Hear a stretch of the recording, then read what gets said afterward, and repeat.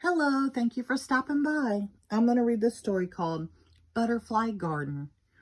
Mrs. Connor held up a package. Who can guess what is in here, she asked. The first graders did not know. I will give you a hint, said Mrs. Connor. It is something that changes from one thing to another.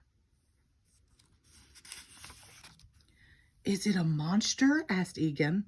Is it a superhero? Asked Michael. It is not a monster or a superhero, said Miss Connor. She opened the package carefully. Inside, there were 5 tiny bugs. Caterpillars, yelled the first graders. We are going to learn about butterflies, said Mrs. Connor. Then why are we looking at caterpillars? Asked Emma. Caterpillars turn into butterflies, said Hannah. This shows how they do it, said Mrs. Connor. Life cycle of the butterfly. First the egg, then the caterpillar, then the chrysalis, and then a butterfly. At first, the caterpillars did not move much. Are they asleep? Asked Katie. Are they dead? Asked Jamie. No, said Mrs. Connor. They are working hard. After a few days, they got bigger and bigger and bigger.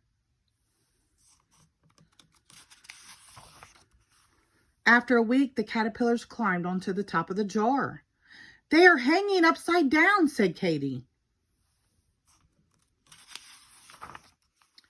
The next day, Mrs. Connor said, look, they covered themselves up so they can grow wings. Mrs. Connor moved them carefully into the butterfly garden.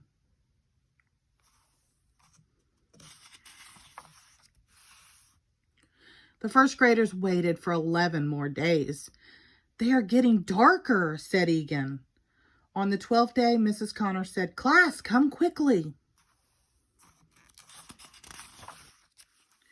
The whole class gathered around the butterfly garden.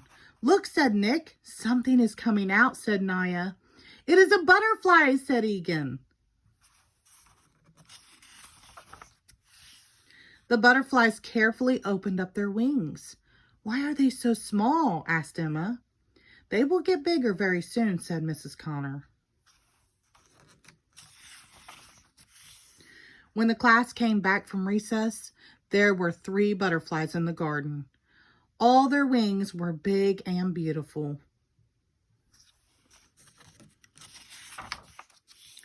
When they were all big enough, the class let them go. That was even better than a superhero, said Michael. The end. Thank you.